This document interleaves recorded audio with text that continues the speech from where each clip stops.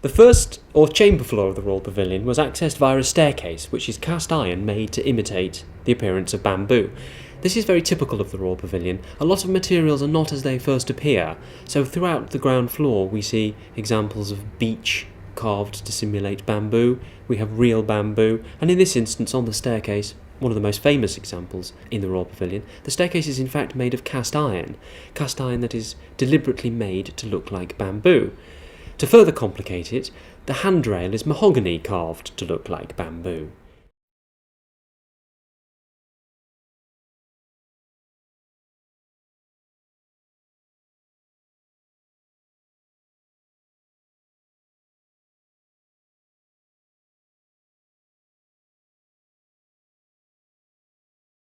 On the left we enter the yellow bow rooms, formerly the bedrooms of George IV's brothers, the Duke of York and the Duke of Clarence, which are located on the eastern front of the Royal Pavilion, overlooking the Steyne.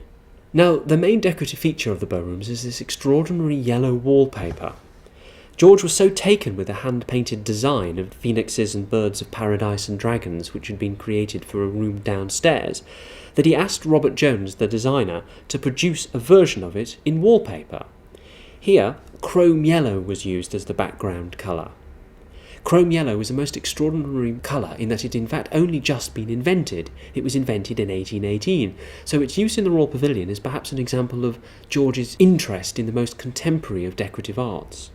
The yellow bow room on the north was used by the Duke of York and was decorated with Chinese oil paintings.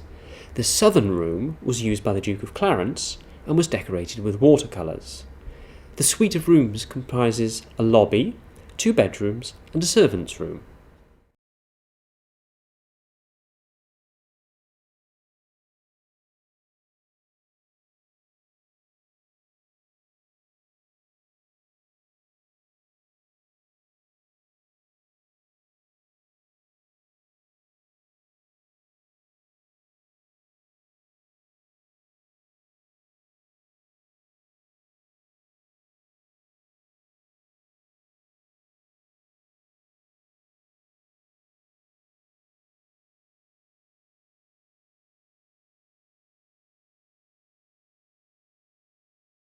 We're now going to enter Queen Victoria's apartments. Now, Queen Victoria first visited the Royal Pavilion in 1837, and her initial reaction was famously rather cool. She said of the pavilion, "It's a strange, odd, Chinese-looking place, both outside and inside.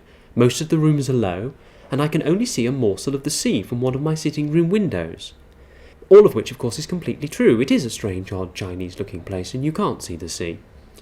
However, she visited the Royal Pavilion again in 1838, and then she did not return until 1842, when her visit coincided with the second anniversary of her marriage to Prince Albert.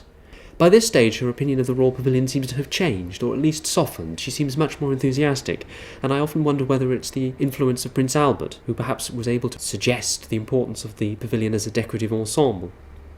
For this final visit in 1842, the arrangements of the chamber floor had to be adapted, as she now had a husband and 2 children.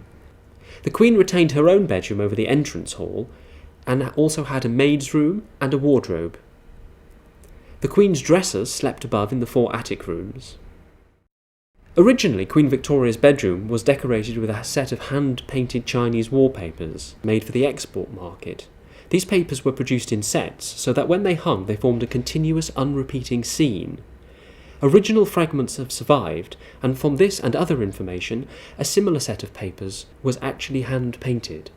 So the room today gives the appearance of what it would have looked like when Queen Victoria stayed here. The mahogany 4-poster bed which we see in Queen Victoria's apartments was furnished with 6 mattresses. They vary in thickness and are made of straw, hair and feathers.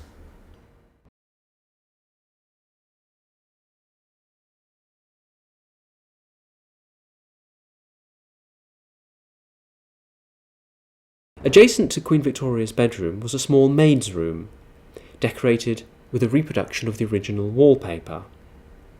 The main feature you can see is a 3-foot 6-inch tent bed, which has been fitted with a straw mattress, a wool mattress and a feather mattress, with bed hangings in white dimity, a hand-woven ribbed cloth.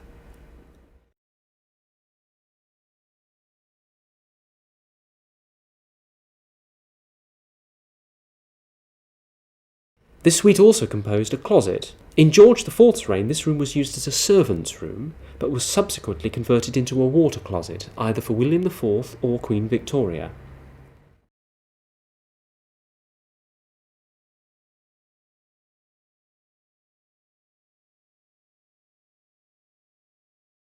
We're now going to go down a very small staircase. It's a staircase that links the north and south end of the pavilion at first floor level. It's an extraordinarily low-key staircase, but really that's because of the way the building was constructed. It is the only way to get around the central laylight above the long gallery. The south galleries were created during Nash's alterations to the pavilion and were used as breakfast rooms for the Prince Regent's guests. The rooms on the east front had originally been the site of the Prince's bedroom until infirmity forced him to move to the ground floor when a new set of apartments known as the King's Apartments were created. The rooms were then used as guest bedrooms for those few people who were lucky enough to stay as guests in the Royal Pavilion. Lavishly decorated by Frederick Crace, the walls of the south galleries are painted in a vivid azure blue to give the impression of a garden building, a garden room open to the elements. The skylight above on a bright sunny day allows the light to stream in as a perfect place to sit and have breakfast. The Prince attached more importance to the perfection of this meal for the reason that he never appeared to share it. The carpets, the tables, the chairs, the porcelain, the china were displayed with such exquisite luxury and good taste that one could possibly fine. The Comtesse de Boyne, the daughter of the French ambassador to London, was surprised to find breakfast served on a staircase landing, but as she said, "What a staircase, and what a landing!"